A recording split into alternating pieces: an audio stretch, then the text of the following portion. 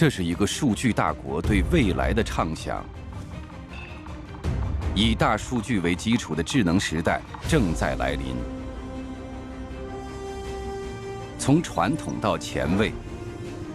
从辗转突围到涅槃复兴，大数据将引导整个社会全方位升级和变迁。未来已来到我们中间，它时刻丰富着我们的生活。数据激起的波澜已经在时代的时光之河里发出铿锵声响。大数据已经成为人类追逐梦想的强大引擎。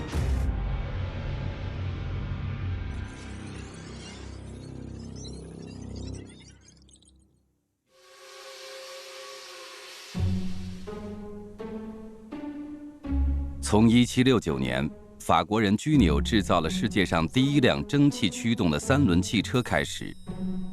汽车的革新发展一直贯穿了整个工业革命的发展历程。自汽车诞生的那一刻起，它就是为了要解放人类。如今，人类使用了120多年的方向盘即将消失。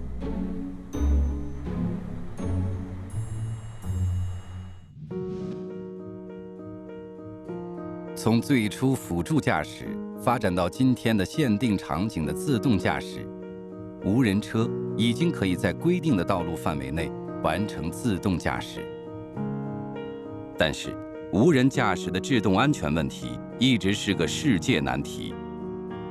这不仅需要无人驾驶汽车有灵敏的视觉系统，更需要汽车本身有快速的反应能力。这个无人车的话，虽然它的大脑感知啊，它的计算机啊，它的反应响应速度啊，计算能力很强，但是还是需要这些制品部件，就像人的四肢一样，它也能够快速的响应你，怎么能把你的更听话，你下达指令我怎么更好的完成，把它执行到位。正常吗？好，现在是进行制动踏板的啊，记录一下状态。第一次，第二次。第3次，杨春，汽车制动系统工程师，为了保证无人驾驶巴士的安全刹停，他要让时速20公里每小时的无人驾驶巴士刹车距离控制在更安全的范围内。我们后面呢也是进行了一些分析测试，发现它跟人踩那个整磅减压速度来比呢，它比较慢。从开始下达这个指令，让它自动到它的减压，它的最大压力，就是最大制动力的时候，它要经历0.8秒，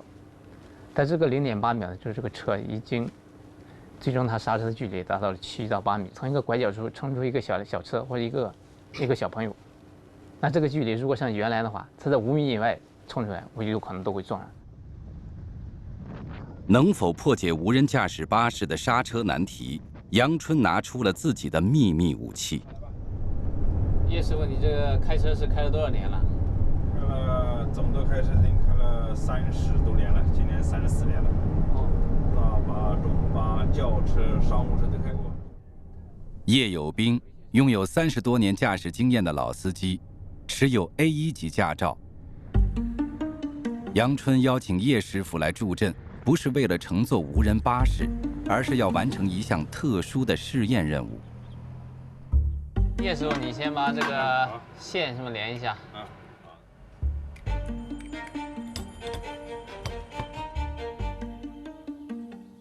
如何让无人驾驶巴士安全地停下来，这似乎与老司机没有直接关系。杨春要让老司机成为无人驾驶巴士的教练，用手来代替脚，完成刹车和油门的踩踏，对于叶师傅来说是人生第一次。像你这个经验丰富的司机是吧？参与测试嘛，他尽管是无人车，其实他也要根据你们的驾驶习惯来让他学习。对呀，现在先教他完以后就淘汰我们了。像新生事物一样，一开始出来呢，大家都对他抱一种怀疑或者恐惧，但是作为我们从事这个无人车研究开发的人来说的，我们知道它是肯定是未来是更安全、更可靠的，而且是一个发展趋势。当一种先进科技诞生时，人们总是怀着期待和敬畏，无人驾驶同样如此。自动驾驶汽车是利用车载传感器来实时采集数据，感知车辆周围的环境，就像人的眼睛一样，感知所获得的道路、车辆位置和障碍物信息，学习仿照人类神经系统，控制车辆的转向和速度。人驾驶的我们这个车辆呢，因为它有一个标准，我们认为这个现在的车都是达标的，我们用有经验的司机来驾驶，来测试一下这个车辆，它能达到什么一个制动的标准。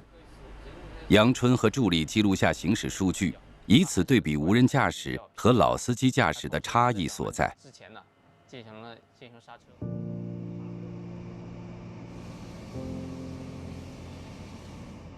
1769年，在法国诞生的人类第一辆蒸汽汽车卡布奥雷撞上了兵营的外墙，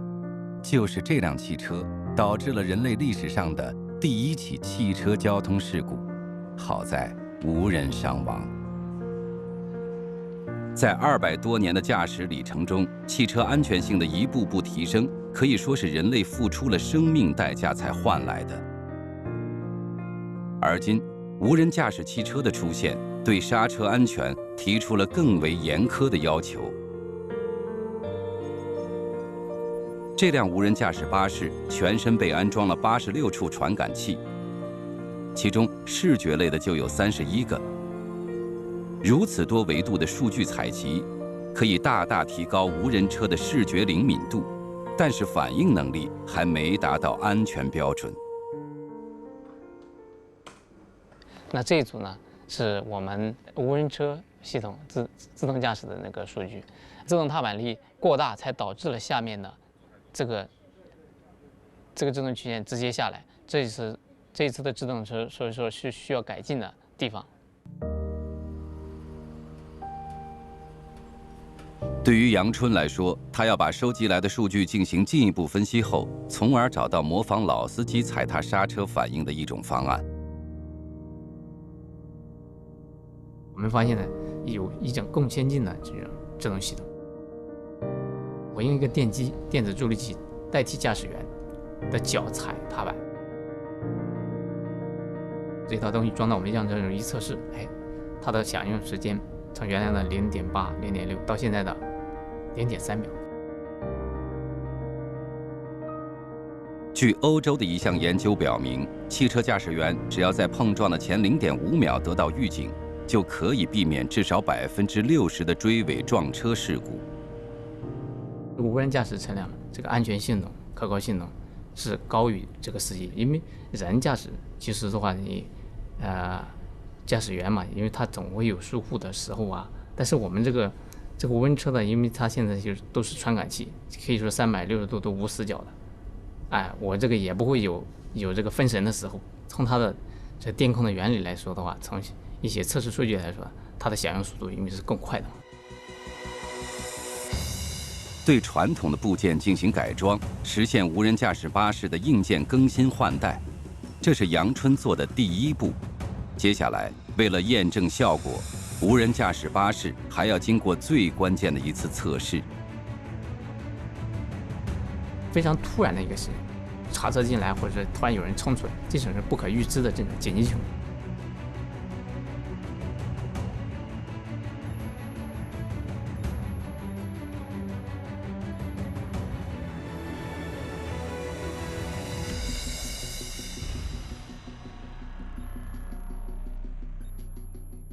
20公里的巡航车速时候，我给他下达一个刹车的指令，从它开始响应到这个车刹停，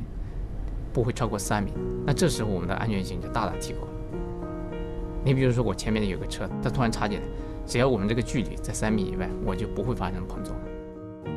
科技每前进一小步，都会让人们对未来的憧憬更进一步。截至目前，全球尚未制定、实施完善的无人驾驶安全标准，这也意味着无人驾驶技术还有一定的技术难点需要突破。至少在城市里头，要用无人驾驶还是有难度的，因为里边不仅是汽车，还有行人，还有各种其他的这个非机动车啊等等，是吧？各种各样的工具，所以我想是比较难的。谷歌在美国无人驾驶行走了十多万公里，后来我说，要是他敢于在北京试一试，可能才是真正对他的考验。人类一次次发明创造，又一次次突破自己的极限。自1958年中国第一辆轿车下线到现在，只有短短60年。但在无人驾驶汽车的起跑线上，幸运的与先进者站在了一起。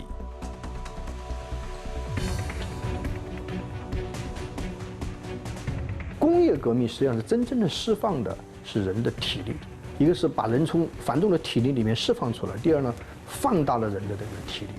而信息革命带来的实际上是对我们人类的这个智力的一个很多的繁琐的脑力劳动的一个释放，同时也是对我们智力的一个增长。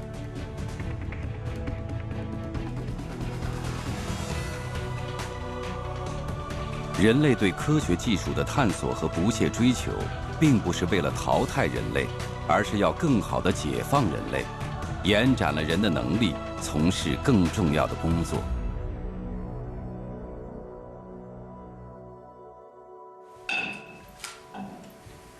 今天，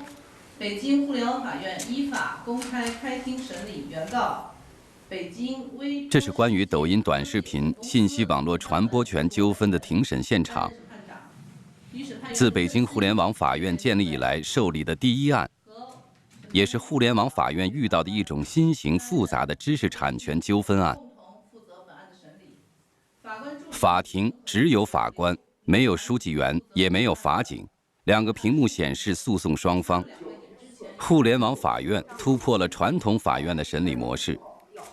通过互联网受理和审判在互联网上所产生的各类纠纷案件，其中包括互联网购物、网络著作权、互联网金融纠纷等11个类别。好，结合刚才被告的答辩意见，原告现在你向法庭进一步明确被告的侵权行为。这是诸葛法官人生中第一次线上审理案件。据统计，本次在线旁听案件人数高达1.6万人次。这样的司法审判模式使得司法审判更加透明，但前所未有的关注让他感受到了巨大的压力。这个时间确实是比较痛苦的，就是他会需要你投入更多的精力，就是比如说免不了的要加班，要看大量的资料，要学习很多，这样完成你的身份的转换。因为你的使命是要在这个网络空间的治理方面发挥一定的作用。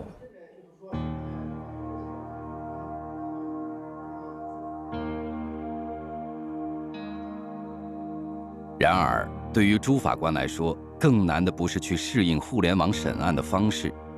也不是为了了解互联网这个行业，而是要面对数量庞大的网络纠纷，不能够及时处理。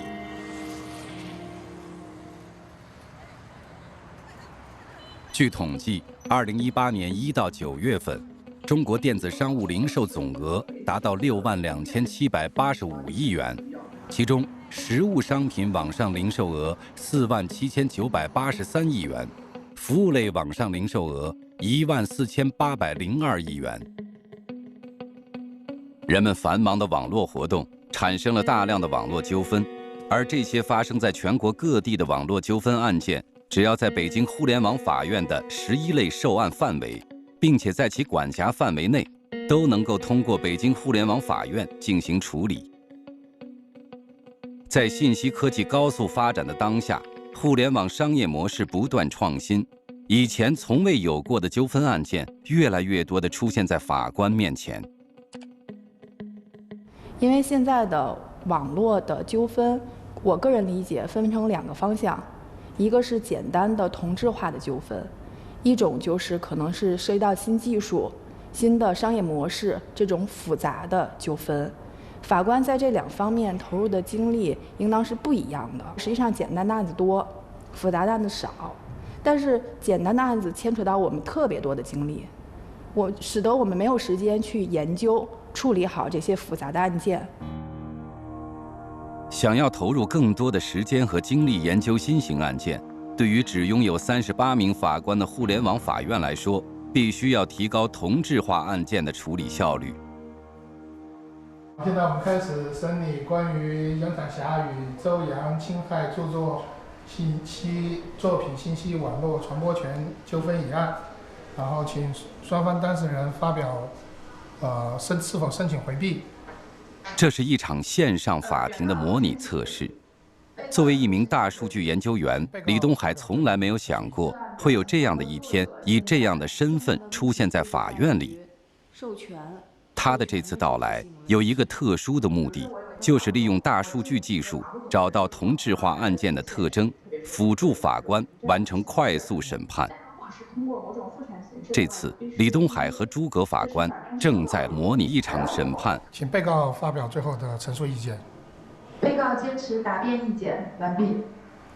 行，我们由诸葛法官作为当事人，李东海做审判员。这是法院收到这个材料以后，比如说原来可能没有网上的这种贸易或者网上的商品交易的争端，但现在有了这种争端，然后就有了这种案件，而且这种案件会逐年的增长，包括快递呀，包括商品的瑕疵啊，包括我们可能在网上订餐的这种食品安全方面的一些问题，会逐渐的越来越多。案件数对于每个法官来说都相当的太多了，他不可能逐一的去做分析。为了能够帮助法官从大量事务性、重复性的工作中解脱出来，李东海要尽快熟悉法官的审判流程和工作方式。其实法官审理案件主要参阅的也是以前的一些历史的案件的判例，对历史的案件做一个统计相分析，然后对里面的一些具体的法律概念去做一些分析，然后他想拿到的就是那个结果，他想知道在历史的判例里面是怎么样去处理这样的一个案件。但是李东海发现，直接把以往的历史案例和大量的法律条文输入到机器中还远远不够，因为机器无法读懂案例中哪些词语有法律意义。但是在法律上面有一些术语，就比如说我举比较简单的例子，知识产权案件当中经常提到的，比如说信息存储空间呀、链接呀，或者这些，他可能就不明白，或者说他不知道对应的含义。尽量的简单的把它变成1对1的这种方式，然后让法官去做这样的配置。然后根据标价生成一个规则，规则完之后，它只是一个通用的一个表述，它怎么能告诉程序我去的？因为程序里面存的肯定不是说是。要想让机器读懂法律文案，最关键的就是要让机器能够识别文案中哪些词语与法律条文有关联，并且从中提取出影响案件最关键的内容。我们是通过一些法律人，先对一些已有案件或者历史上发生的案件里面的具体案情，然后法律人去告诉我们哪些的词语是有很大的意义，比如说哪些句子是对于整个审理案件来说最关键的一些东西。李东海通过这样的方式，让机器模拟法官的思维逻辑，读取法律文案。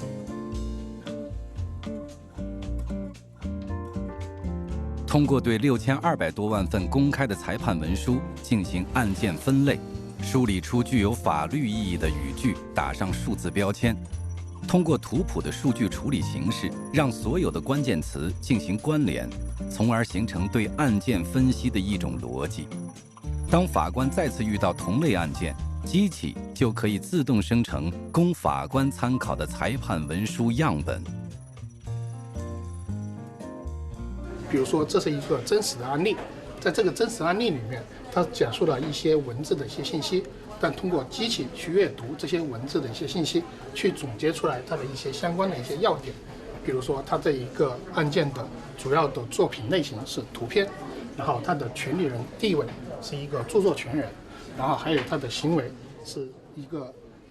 比如说那个作品在网络传播，您是一个摄影师，您拍了一张照片，然后被别的网站用了，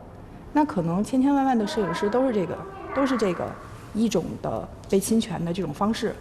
所以我们在遇到这种案件的时候，就完全可以用这个文书生成自动的系统来处理。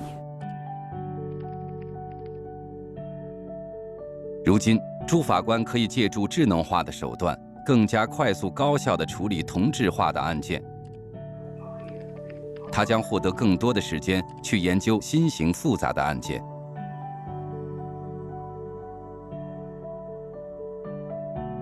自北京互联网法院挂牌成立不到4个月的时间里，共在线立案3040件，审结2540件，案件平均审理周期仅30天。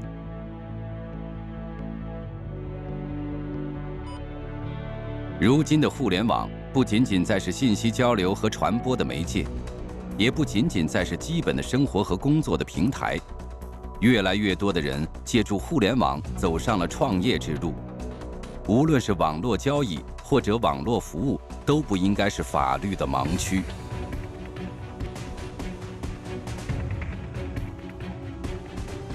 经过查阅大量资料和对著作权法的深入研究，抖音案件尘埃落定，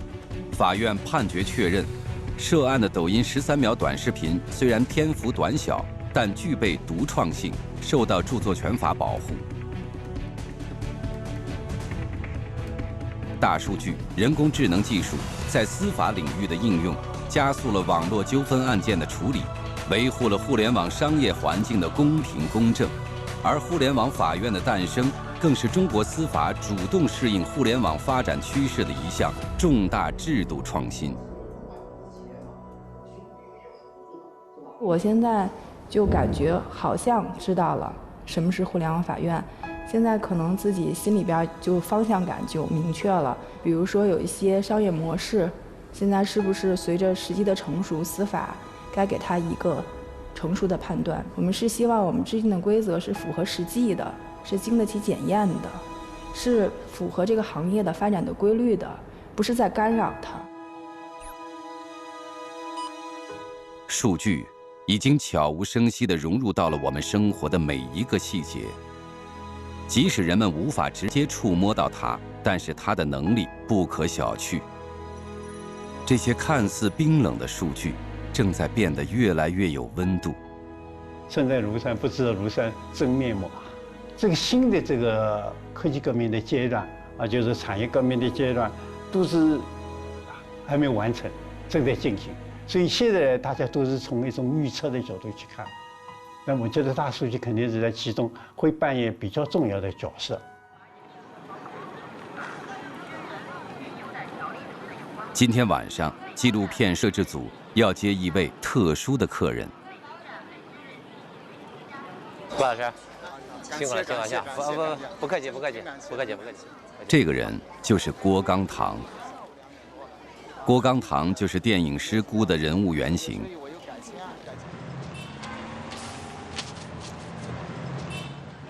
来，周启令。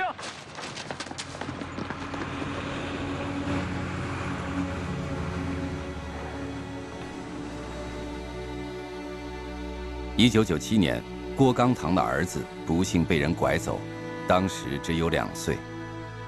这一找就是20多年。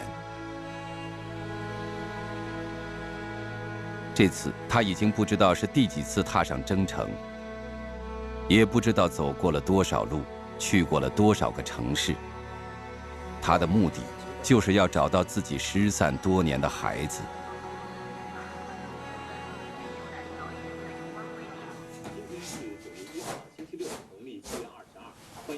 如今，郭刚堂已不再是一个人在战斗，他现在是寻亲协会的志愿者。在他的背后还有很多和他一样的人，他希望能够为更多的孩子找到回家的路。从孩子丢到现在，应该说有几千年。我还好，这个不管怎么样呢，就是说我还走过来了。那个贵州都运呢有一个，孩子家长就是孩子丢了第15年的时候，孩子的父亲呢从楼上跳下去自杀了。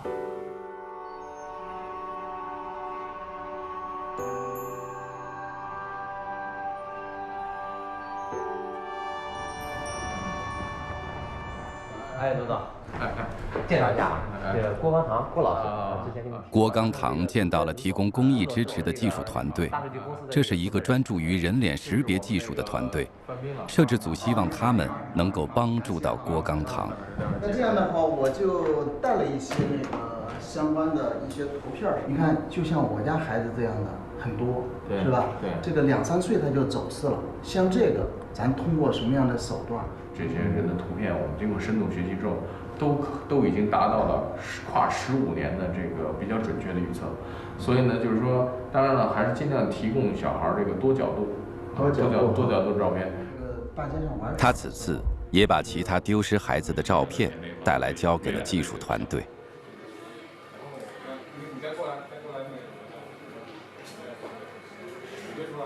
我们现在试一下这个跨年龄段的这个检索啊。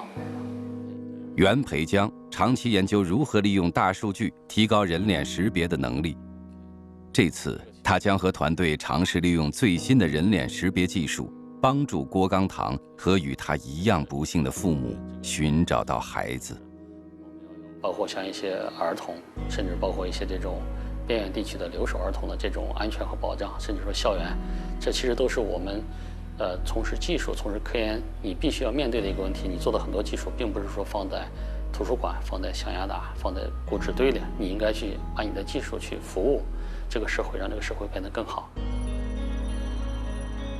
人脸识别是基于人的脸部特征信息进行身份识别的一种生物识别技术。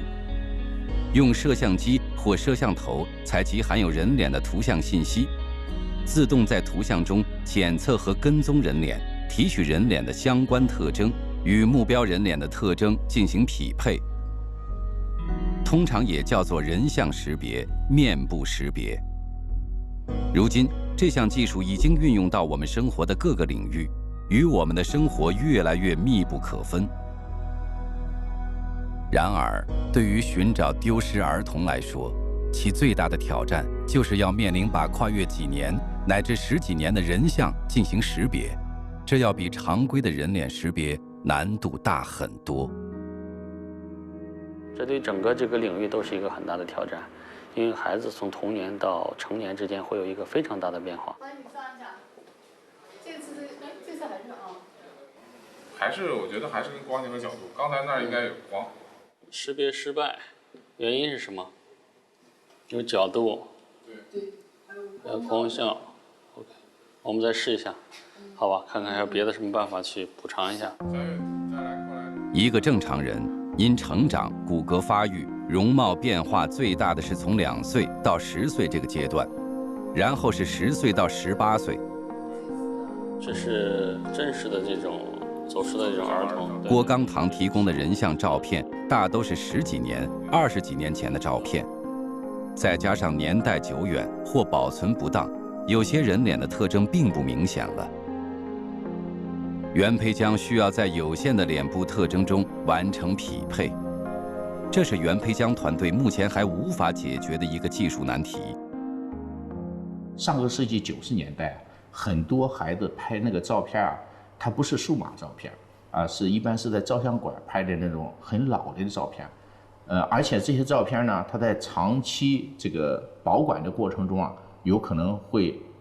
有一些变化啊，你比如可能会有沾了一些污点啊，或者说发霉了什么之类的，这些可能都会影响这个人像比对的效果。袁培江要对机器进行一项特殊训练，他要让机器能够认识存在部分遮挡等变化的人脸。在这个数据库中，每位志愿者要采集100张以上的照片，尽量覆盖志愿者所有年龄段，包含正脸、侧脸、低头、不同发型、化妆不化妆、各种状态的。照片像素有极清晰的，也有像素较低的。用了大数据，这个时候它的模型、它的特征不是人为去选择的，它是通过机器、通过数据的分类，直接去筛取这样的一些特征呢，对一个人脸可以采用各种的标记，那么它的分辨的就是这个力度就会非常非常的精细了。袁培将基于海量数据，利用深度学习技术，找到一种人脸的有效表示方式，自动对图像中的人脸提取数百个特征，作为这个人脸的唯一标识。当人脸匹配的时候，机器就会把这些特征数据进行一一比对，从而得出匹配的相似度。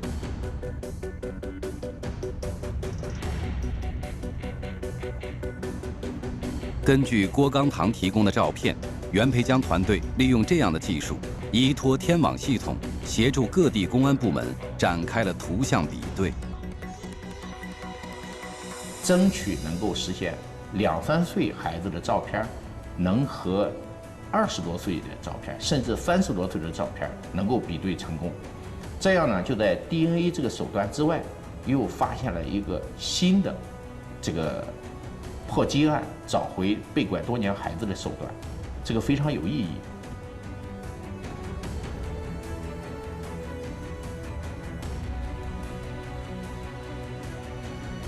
我们无法得知有多少父母能够通过这样的方式找到自己的孩子，但是这样的技术让他们看到了希望。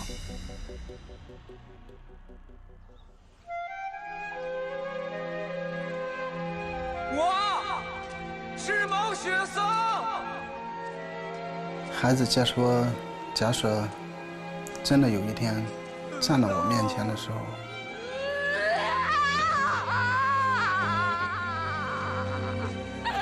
我只想说，爸爸年纪也大了，爸爸也想过几天舒舒静静的日子。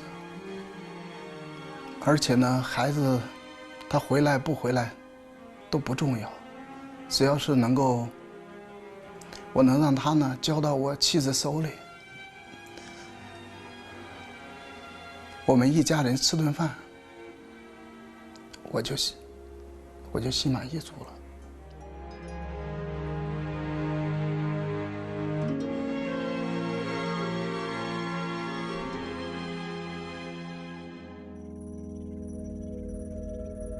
大数据技术的发展，让人们的生活变得更加智能、有序。人与自然的关系一直是人类思考的哲学命题。通过数据，人类最终要实现人与自然的和谐发展。据统计，从公元前206年到1949年的这2150，李胜，一名在水利行业工作20多年的研究员，他正在尝试利用大数据预测洪水。此刻，他正在等待一场至关重要的雨，以完成这次意义非凡的实验。嘉盐水利枢纽工程是迄今为止贵州省最大的水利工程。汛期即将来临，在工程完成之前，嘉盐水库时刻面临洪水的威胁。我们叫施工期洪水预警预报。那么施工期大坝还没有修好，它的防洪能力还比较差。这个时候如果来一场洪水，预报不及时，会对我们施工的这种建设队伍的安全，那么会造成重大的这个危险。作为地地道道的贵州人，李胜对家乡非常了解，深知洪水预测对这片土地的意义重大。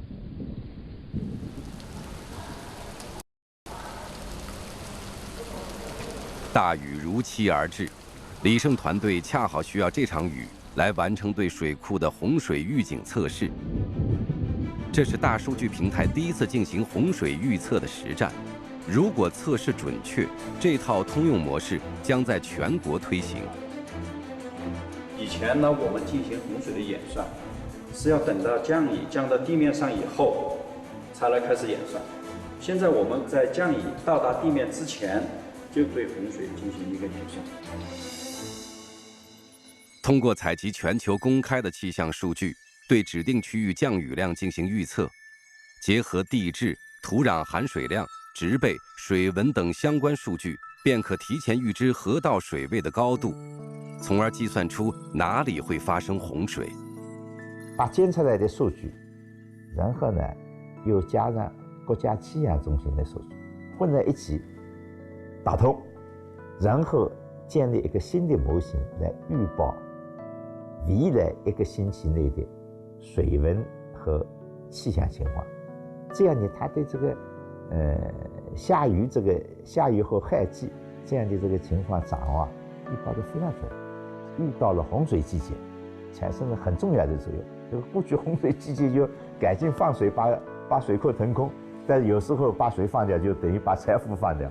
把这个资源放掉。大数据加上人工智能进行预测，然后进行了调度，最后是生产力极大的提高。大雨过后，李胜团队要把实测的雨量和预测的雨量数据进行比对。出问题了，就这里，就这里。这一次小的这个洪峰过程，我们预报的流量是100多个，实际的流量呢超过了200多个，是不能作为作业使用的。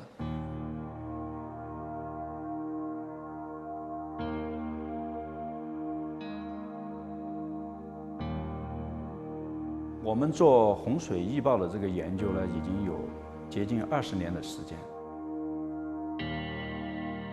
从整个行业来看呢，对我们是有一些疑问。全球的一些科研机构，他们都没有做出来，我们能做出来吗？外部、内部啊，应该说是对我们构筑这么一个大数据平台，都是打了很多的问号。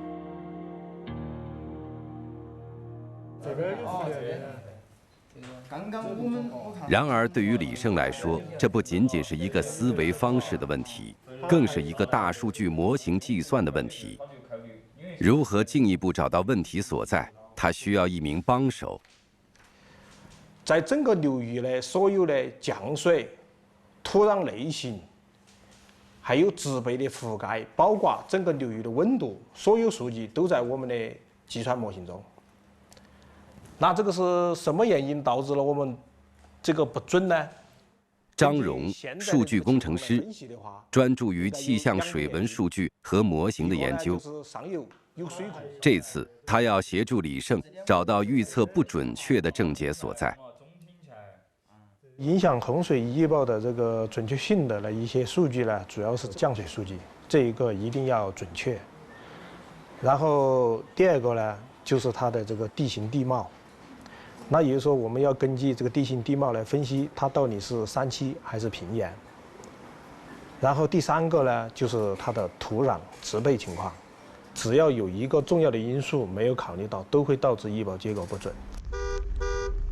一筹莫展之际，张荣决定用最传统的方式寻找答案，那就是实地考察。我们就对这些所有降水、土壤、植被这些所有的数据呢进行排查，发现我们的所有输入数据它都是正确的。千百年来，人类在灾害面前显得如此渺小，无数人因此失去了宝贵的生命。人们一直探索如何解决洪水预测的问题，并很早就有了大数据预测的思维方式。通过观察分析自然现象，预测天气和自然灾害。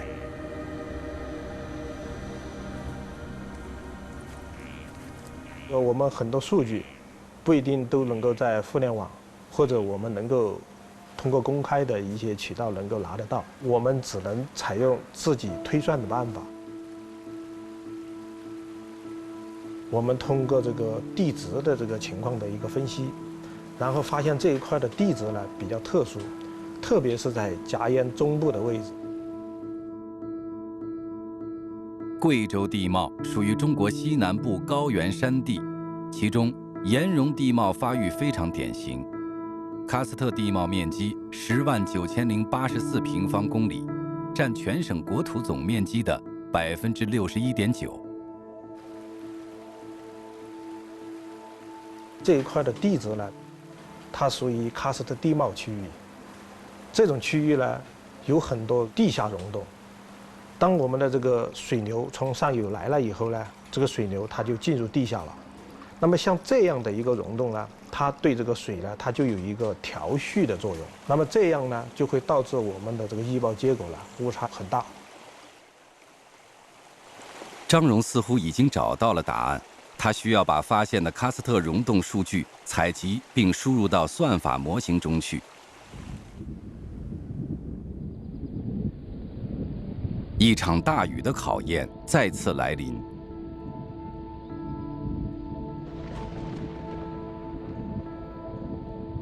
此时，贵州省的汛期即将逼近。如果李胜团队还是无法完成平台的准确预测，那么水库极有可能面临人员和财产的巨大损失，而且李胜团队所付出的努力也将功亏一篑。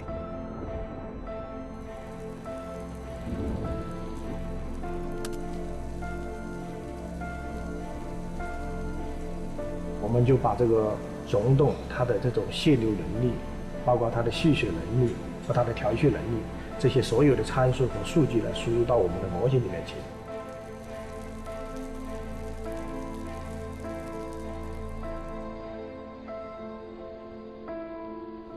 像这一场最大的这次洪峰，我们预报的是950，实际上是916，这个精度是95%以上，就充分验证了张总的解决的思路。这些所有的参数和数据呢，输入到我们的模型里面去，然后重新计算以后呢，我们的预报精度呢就达到了我们的要求。李胜受邀参加1年1度的全国气象大会。他希望更多的人能够了解大数据在洪水预报方面的可靠性。多多支持我们，我们可以在15分钟以内把全国的洪水都算出来。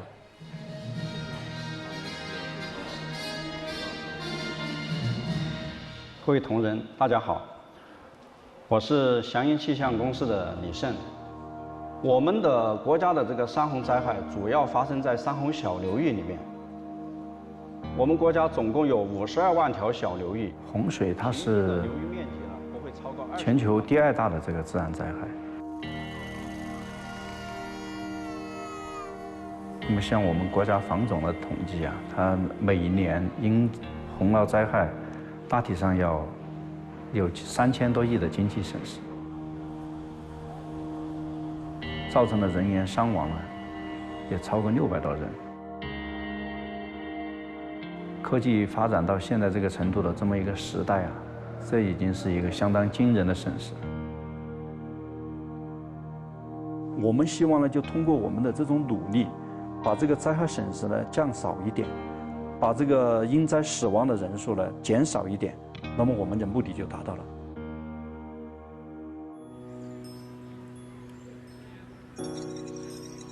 我们正在迎接一个全新的时代。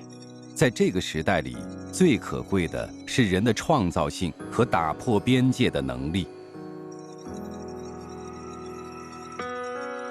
如今，5G 技术的快速发展将会带来一场更大的改变，人类也将迎来真正的万物互联、无处不智能的时代。尤其实现这种万物互联以后，像我们国家有很多的这个农村呢，其实医疗条件很差嘛，所以他通过5G，我们的很多的专家可能他还是在大城市啊，但是他可以通过远程这种方式啊来进行远程的诊疗，包括一些这种远程教育。现在我们进入了一个很重要的一个拐点，一个转型点，就是新阶段正在开启，而这个新阶段所带来的一个背后一个深层次的一个变化，就是信息技术从工具、从助手向引领者转变，同时呢，催生新经济形态的形成。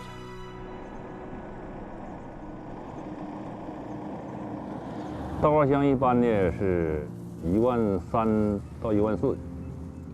今年没得大瘟病，我预计能打1万5啊，每公顷。金丰送爽，东北的农民刘斌喜获丰收。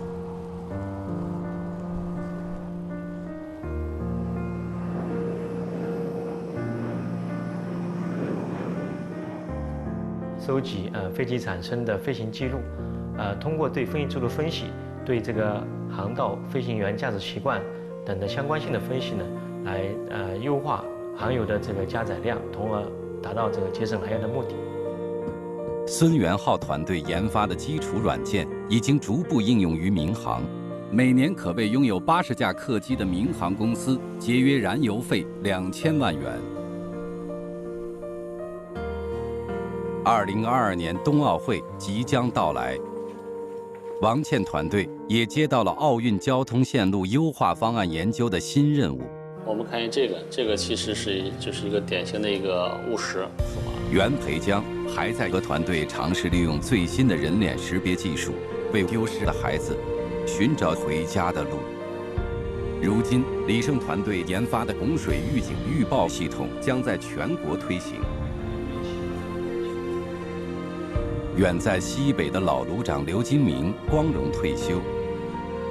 他的徒弟在屏幕前便可完成对高炉的实时监测。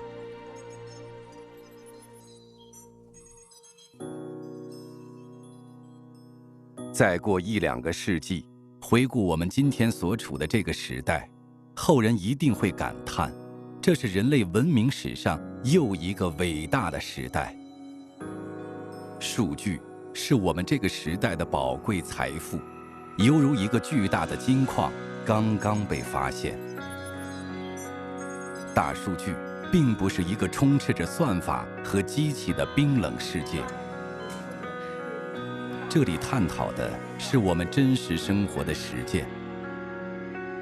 人类的作用依然无法被完全替代。大数据为我们提供的不是最终答案，更好的预见还在不久的未来。